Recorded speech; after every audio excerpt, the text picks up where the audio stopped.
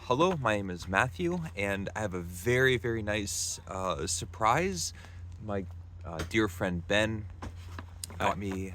Is Ben? Say How's it going? hello. It's been a while. I've missed everyone. Anything new? Oh, nothing of note. Well, we're in the Christmas season, and Ben bought me a Christmas present, which he couldn't wait to give me, so I ended up getting a very nice package a little bit early, but I'm super happy, and I made a point to say, like, well, maybe this might make some good content, so we decided to set up the camera, and we have a super, super special guest, because we have Briar here. You say hi? Can you wave? Is Ben's little girl, my niece, the most loved little girl in the whole entire world. But we have a present, and I started opening it, but we kind of stopped. And look at this. So it was all wrapped up, and I'm gonna have Ben read it because he's kind of better at Deciphering. Ben's better at reading than me. So. I wouldn't say that. I can read my oldest handwriting better. This is the message on the parcel. It says, Uncle Matt loves Sloan. Love Sloan and Ben. Hope you have a great day from Sloan and Ben. Wrote by Sloan. Happy Christmas. With a bunch of hearts. So Sloan is my other niece and Ben's other older daughter, and so I opened it, and I get through this part, and I haven't gotten any farther than this, but I'm looking at it, and I see that it comes from France, and so of course I'm holding it and thinking, well, it's a book. I hope. I didn't look in the package, so I hope the seller sent me the book that I paid for. And then, if you watch my channel or if you know anything about me, like, I'm one of these people that I read a lot of dirty French books. So I start going through, and Ben and I, Ben knows more about French literature than anybody that doesn't actually read French literature. Yeah. That's probably true. Ben does read a lot, but as far as that category, he knows Maupassant and Flaubert and Baudelaire and Hugo and Wiseman and on and on and on. Without actually reading these books, he just knows. And I'm thinking, like, okay, so what are we looking at? And Ben has a history of buying me fantastic presents. Ben is one of those people that doesn't buy Christmas presents or doesn't buy birthday presents. As far as going to the store and you find some tchotchke, find some piece of crap that you're just giving to someone. Instead, Ben will find the thing, and then it doesn't matter if it's Christmas or your birthday, but finds like the thoughtful gift. And so Matt does the same thing, so a lot of words, but we give the same gifts in the same ways. we do, yeah. Like it's not so much about the holiday milestones; it's more about the thoughtfulness. So I don't like obligatory gifts. Like, oh, it's Christmas time, so I went and spent X amount of dollars. That's my quota. Here you go. right, here's your coffee mug. Yeah, and this one's pretty relevant, I think, to what Matt's been up to. And years ago, we're talking, I don't know, 20 years, could be 20 years ago. I had a birthday. Oh, yeah. I had a birthday where We used to go to a coffee shop uh, all the time. We were like regulars, and I'd show up, and it's my birthday, and Ben had been to Nashville. Nashville. Bookman, bookwoman. Shout out.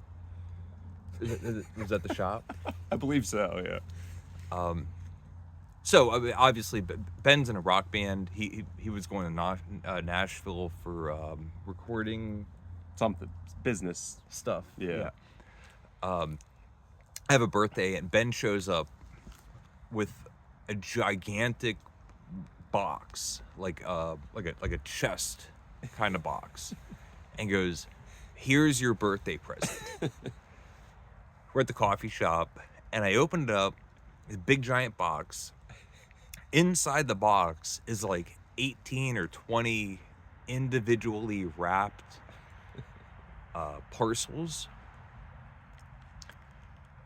I open up the first one, and it says, and I'm kind of not really remembering correctly, but basically opening the first one, it says, "The Complete Works of Maupassant, Volume 1."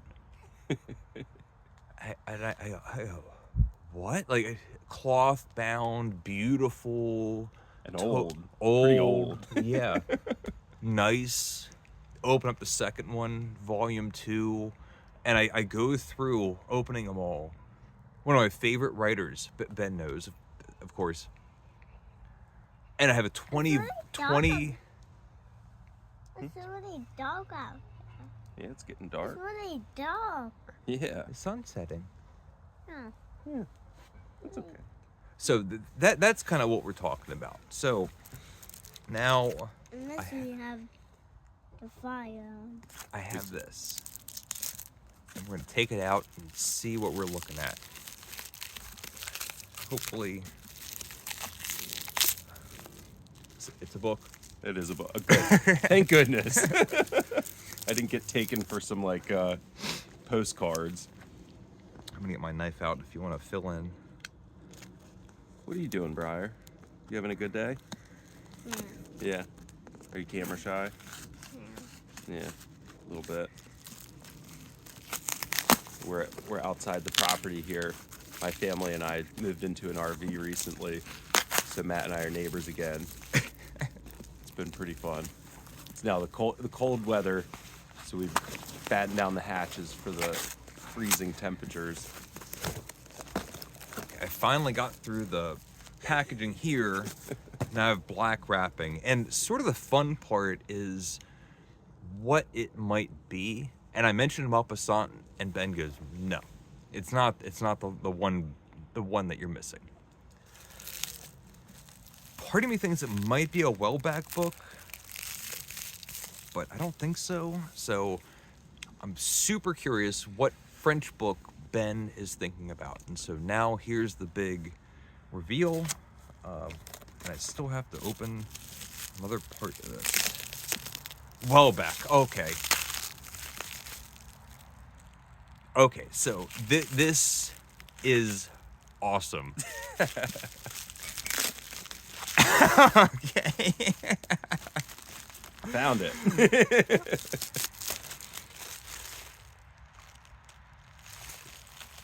This is amazing.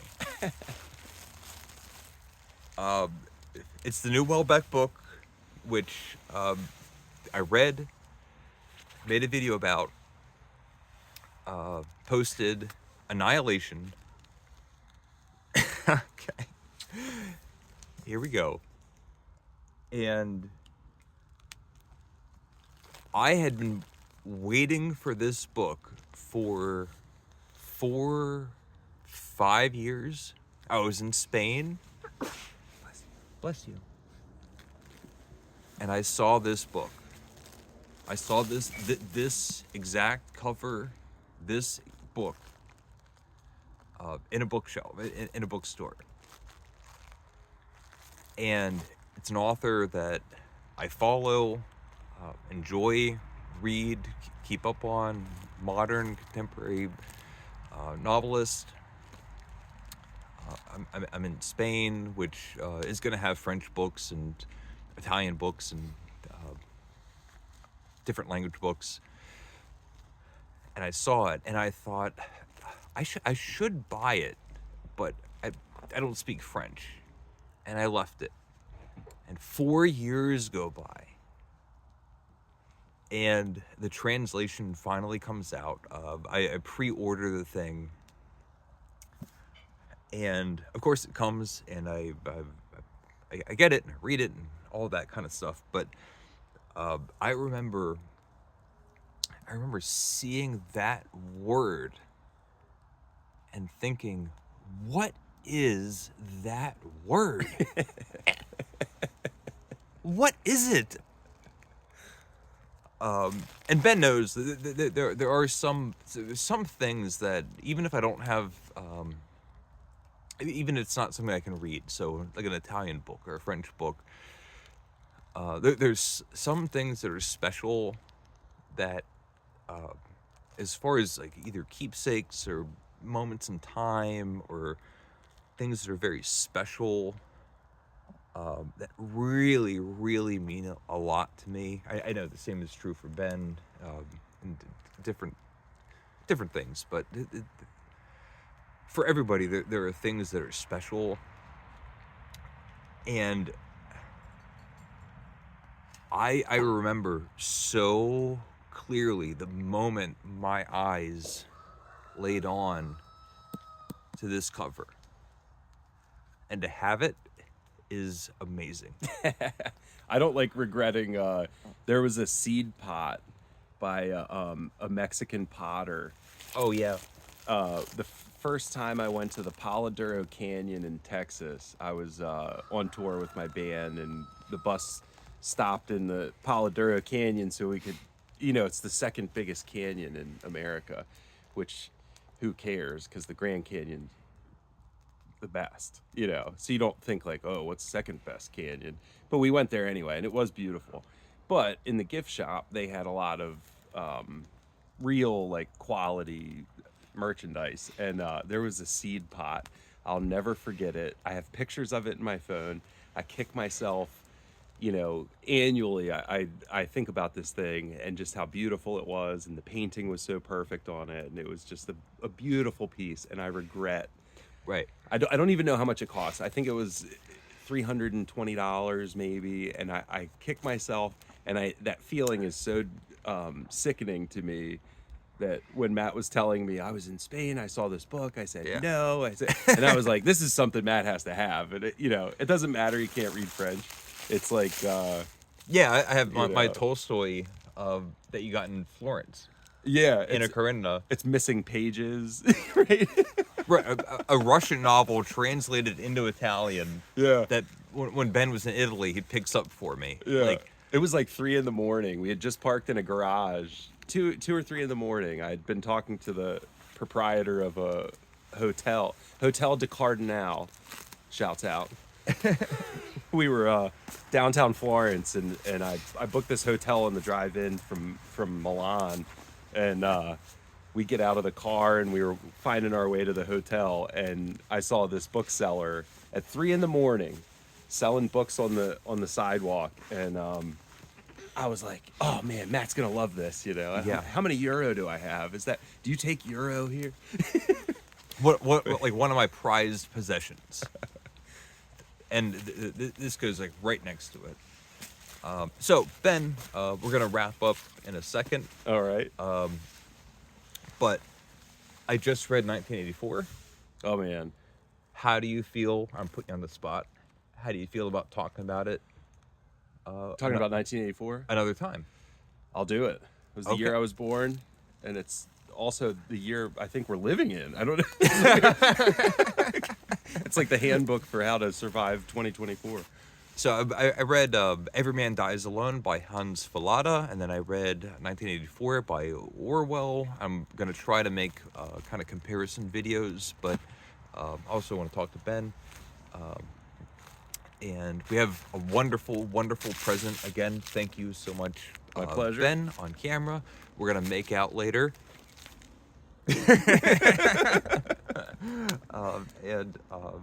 This is the book.